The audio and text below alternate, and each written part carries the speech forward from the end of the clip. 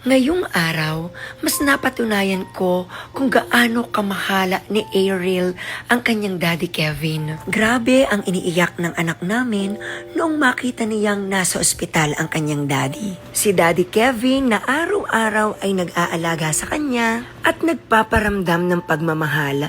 Napaka-responsible na daddy, siyang laging nag-aasikaso ng mga damit ni Ariel, ng mga pamasok, naglalaba at namamlansya nito. At ngayon nga, dinala ko si daddy sa ospital dahil naka-schedule siya para operahan.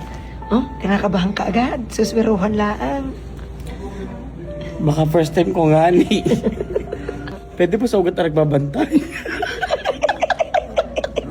Hindi makita sa akin na isip kitang-kita ka. Sa akin ang ugat, oh. So, naka-wheelchair na siya. Ba't ayaw mong ipalaw sa nanay at tatay? Baka pa problema po ang mga yun. Na muna. Pagkatapos na lang pag na-operahan na. Pag naoperahan na, saka ipapaalam. Baka mag-isipan dalawa. Baka ako'y mamura. Oh, ito mamumura. Gabi ko mag-opera. Ay, hindi ako. Siyempre. Ipapaalam eh, tapos pagtapos na. Ang nanay ko may sakit sa puso. Ang tatay ko may anxiety. Ano to?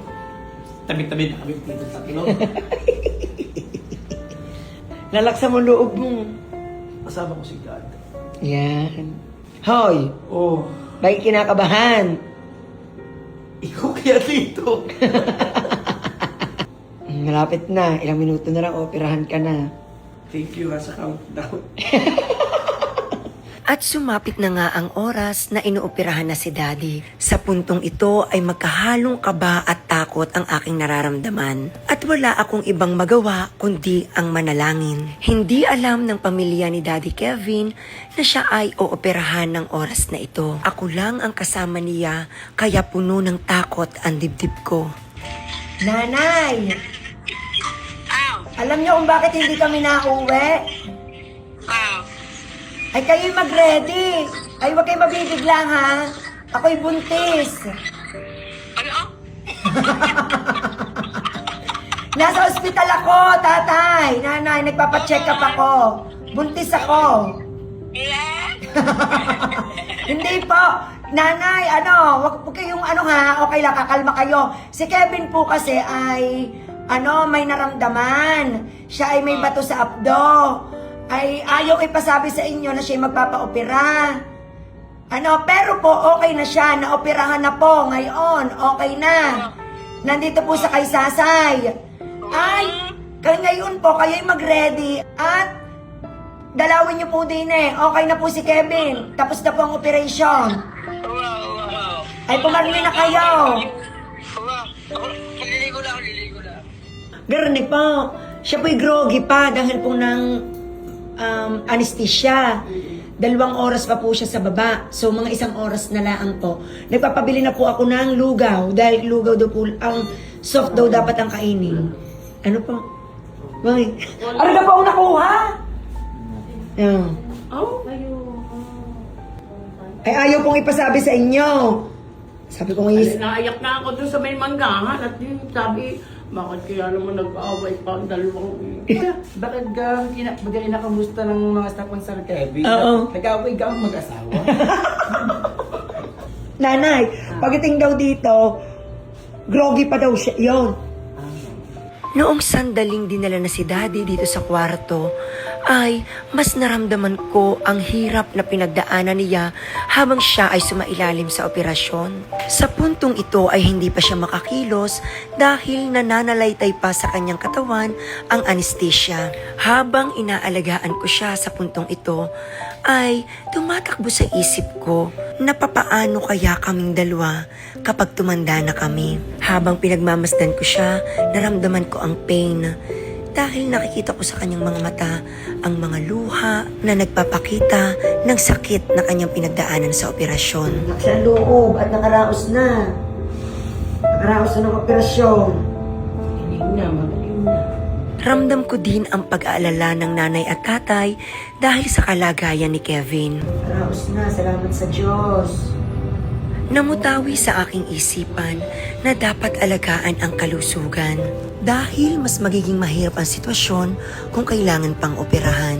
Habang inaalagaan ko si Daddy dito sa ospital, ay ipinakaon ko na si Ariel sa school at nag-aalala din ako dahil hindi pa niya alam na nasa ospital ang kanyang daddy. At nang dumating nga si Ariel, ay kita ko ang lungkot sa kanyang mga mata. Anak, dinig ka sa daddy. Love mo. Tingnan mo si Daddy. Nalilita ka. Namulat na. Yun. Hawak sa face si Daddy.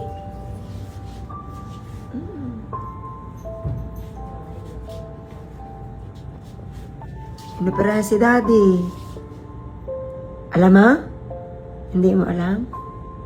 Hindi. Yun, naiyak si Daddy. Puno sa luha.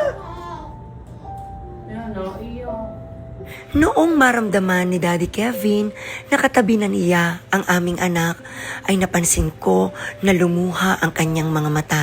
At kahit ang aming anak na si Ariel, kitang-kita kung gaano siya kalungkot na dinanas ito ng kanyang daddy.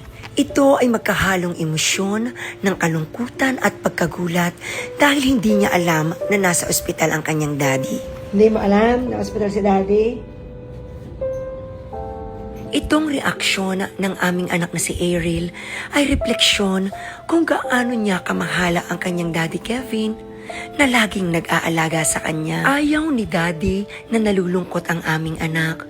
Kaya eto nga, at kahit siya ay may nararamdaman at hindi makamulat ang kanyang mata, pinupunasan niya ang luha ng aming anak na si Ariel. Kaya tapos na ng opera. Pag ang mami kaya ang na-hospital at na-opera, ay kayo iiyakan mo natin. Malamat ang daddy. Malamat ang daddy. At ngayon nga'y naramdaman ko ang kahalagahan ng pamilya, lalo na sa ganitong panahon na may pinagdadaanan. Tapos na, okay na operation. Hawak niya ang brilyante. Ba't yung may mga ganito? Ba't yung may mga ganito? Gusto ko ang anak mo mga daddy. Oh. Tinan mo yung mga brilyante. Tinan mo. Yung mga anak mo. Tinan mo may mga brilyante ang anak mo. Kahit nagpapatawa na ako, ay talaga namang hindi matapos ang emosyon ni Ariel para kay Daddy.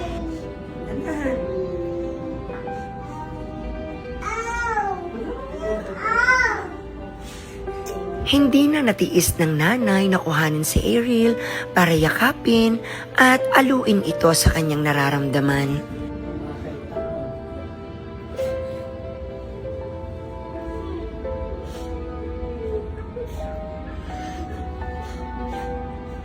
Hindi sanay si Ariel na nakikita niya ang daddy niya na ganito dahil ang daddy niya ang laging nag-cheer up sa kanya sa tuwing siya ay malungkot. Gagaling na.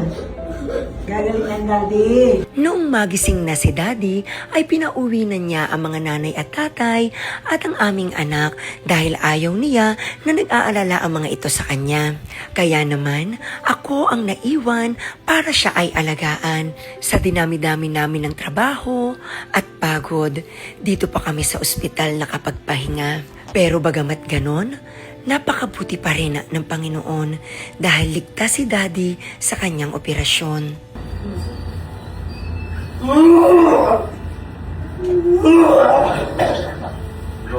Sa naranasan kong ito sa pag-aalaga kay Daddy, mas nag-umapaw pa ang pagmamahal ko sa kanya at na-realize ko na hindi ko yata kayang mabuhay kung wala siya sa aking piling. Ganon pala talaga ang kapangyarihan ng pagmamahal. Hindi mo iisipin ang iyong sarili, bagkus ang iisipin ay ang taong minamahal. Maraming salamat po sa inyong lahat na nagpipray para sa agarang pagaling ni Daddy at syempre unay sa Panginoon, pangalaway sa mga doktor na nag-opera kay Daddy, kay Dr. Amuraw at sa kanyang mga kasamahan pa. Sa lahat ng staff ng Our Lady of Kaysasay Medical Hospital, maraming salamat po. Sabi nga nila, sa ating mga nararanasan, marami tayong matututunan. At dito ko na-realize kung gaano kahalaga ang ating kalusugan at ang pagmamahalan. Let's spread love at ingatan ang ating kalusugan. Thank you for watching. Please like, share, and follow.